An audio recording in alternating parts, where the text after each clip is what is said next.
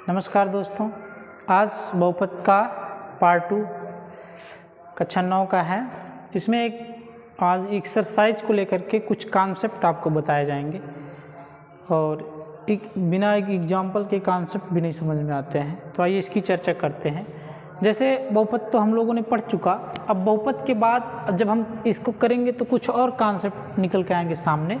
तो आइए उस कॉन्सेप्ट की बात देखा जाए।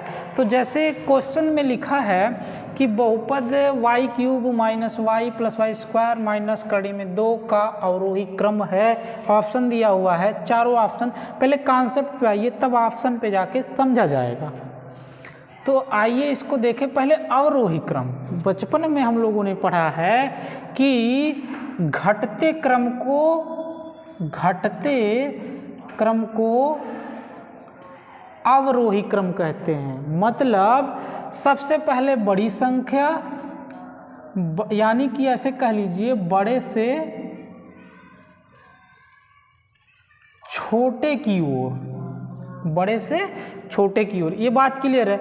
एक यही आरोही क्रम है, तो इसको भी समझते चलिए। यानी कि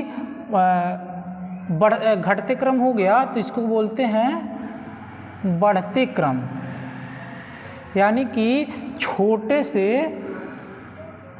से बड़े की ओर, छोटे से बड़े की ओर। ये दोनों बात समझ में आ गई। अब बहुपद का घात, यहीं पे बहुपद का घात समझना बहुत ज़रूरी है। जैसे मान लीजिए लिखा हो x² प्लस 5x प्लस 5, एक बहुपद है, इसकी घात बताइए। तो इस पूरे बहुपद की घात सबसे अधिकतम पावर, जितना अधिकतम पावर लगा होता है वही बहुपद की घात कहलाता है। तो इस पे घात की चर्चा अगर हम करें तो घात बराबर 2 की बात क्लियर हो गई। अच्छा, इस पे कितने का घात है? 2 का। इस पे 1 का। जिस पे कोई घात नहीं होता है उस पे जो है 1 का पावर। अच्छा, 5 लिखा है। जब बहुपद 5 ये कहा जाए, मैंने सपोज करिए यहीं पे हम लिख दे रहे हैं x² प्लस 5x प्लस 5, तो इसकी पावर कितनी हो गई? 2, और इसकी पावर 1, इसकी पावर। और जब अचर पद उसमें शामिल होता है तो उसकी पावर 0 हो जाती है। समझ में आया? तो इसके हम लोग चर के घातों को घटते क्रम यानी अवरोही क्रम में लिखा जाए या उसी को आरोही क्रम में लिखा जाए, तो एक कॉन्सेप्ट यहाँ से तैयार होता है बहुपद का मानक रूप। मतलब उसका एक मानक रूप है। बहुपद का मानक रूप ये होता है कि अगर चर को उनके घात के आरोही क्रम में लिखा जाए तो बहुपद का मानक रूप कहलाता है, यानी या उसके घात को अवरोही क्रम में लिखा जाए तभी उसका मानक रूप कहलाता है, आरोही क्रम में या अवरोही क्रम में। तो हमसे यही पूछा है कि बहुपद में बताइए अवरोही क्रम कौन सा है। तो आप इसमें देखिए y पे 3 का घात है और यहाँ y पे 1 का घात है, यहाँ y पे 2 का घात है। यहाँ जो है करड़ी में जब संख्या है तो इसका घात 1/2 होता है, यानी आधा। तो अब देखिए हम लोग बड़े से छोटे की ओर जाएंगे, और वही मतलब घटते क्रम होता है। इसका तात्पर्य ये हुआ कि हम लोग बड़े से छोटे की ओर जाएंगे। किसके? बहुपद में याद रखिएगा सदैव कि घातों के। अब देखिए घात को पहले अपने मन में सजाइए। इसको मन में सजाने से क्या मतलब, थोड़ा सा सजाइए कि पहले 3 लिख लीजिए, एक संख्या 3 लिख लीजिए, और एक संख्या 1 लिख लीजिए, एक संख्या 2 लिख लीजिए, और इसको आधा लिख लीजिए, यानी कि हम 0.5 लिख लें। ऐसे समझ लें घात को, ठीक है। लेकिन अगर करड़ी में नहीं होता तो इसका घात हम लोग 0 मान के चलते। बात समझ में आ रहा? तो अब इस संख्या को अगर आप अवरोही क्रम में लिखना सीख गए तो इसमें से खोज लेंगे आप। तो इसमें कैसे लिखा जाए इसको? बड़े से छोटे की ओर। 3 सबसे बड़ा है, उससे 2 है, थोड़ा छोटा है, उसके बाद 1 है, उसके बाद 0.5 है। ऐसे समझ गया? यानी कि 3 पे किस पे 3 का घात है? ऑप्शन में मिलाइए। इस पे 3 का घात है, पहले लिखा जाएगा, और ये 1 आ गया, यानी ये ऑप्शन सही नहीं है। ये दोनों पहले ही गलत हैं कि 0.5 से स्टार्टिंग है, तो इन दोनों को भी नहीं लेके चलेंगे। ये भी गलत हो गया तो हमारा यही सही हो गया। यानी कि y³। 3 उसके लिखे कौन है, यही है ना हमारा अवरोही क्रम ही है।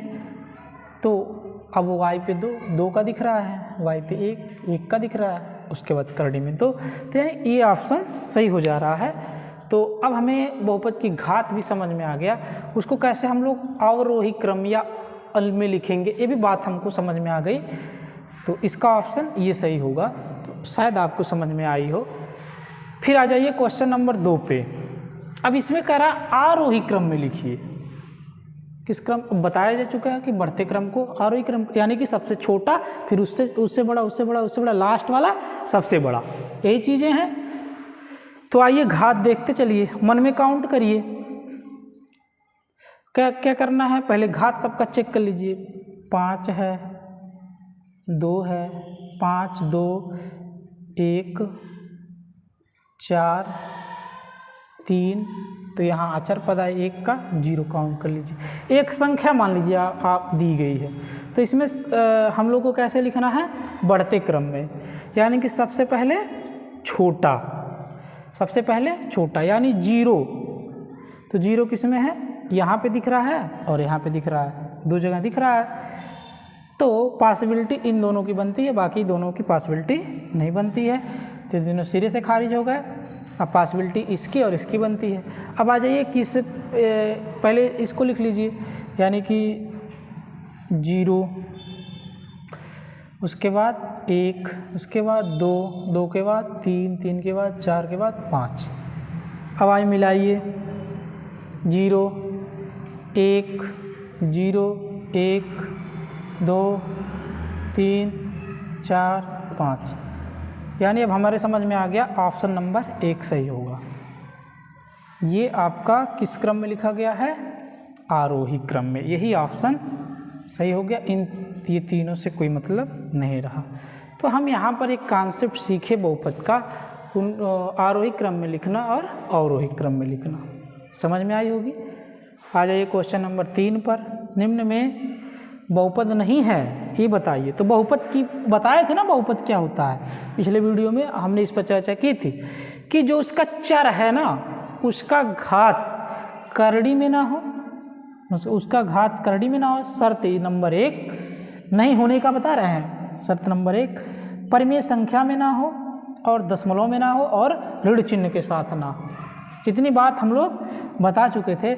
आइए देखते हैं घात को। देखिए इस पे पॉजिटिव घात है, 2 है, इस पे 1 है, यहाँ 0 है।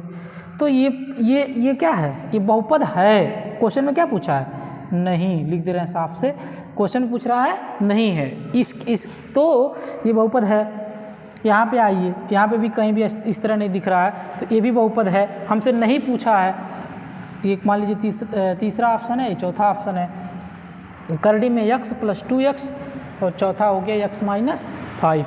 तो आप यहाँ पे चेक करिए, करड़ी में x है तो इसका मतलब x पर 1/2 पावर, x पर घात क्या हो जाएगा, 1/2, यानी अगर एक करड़ी में x है तो इसका पावर हो जाएगा।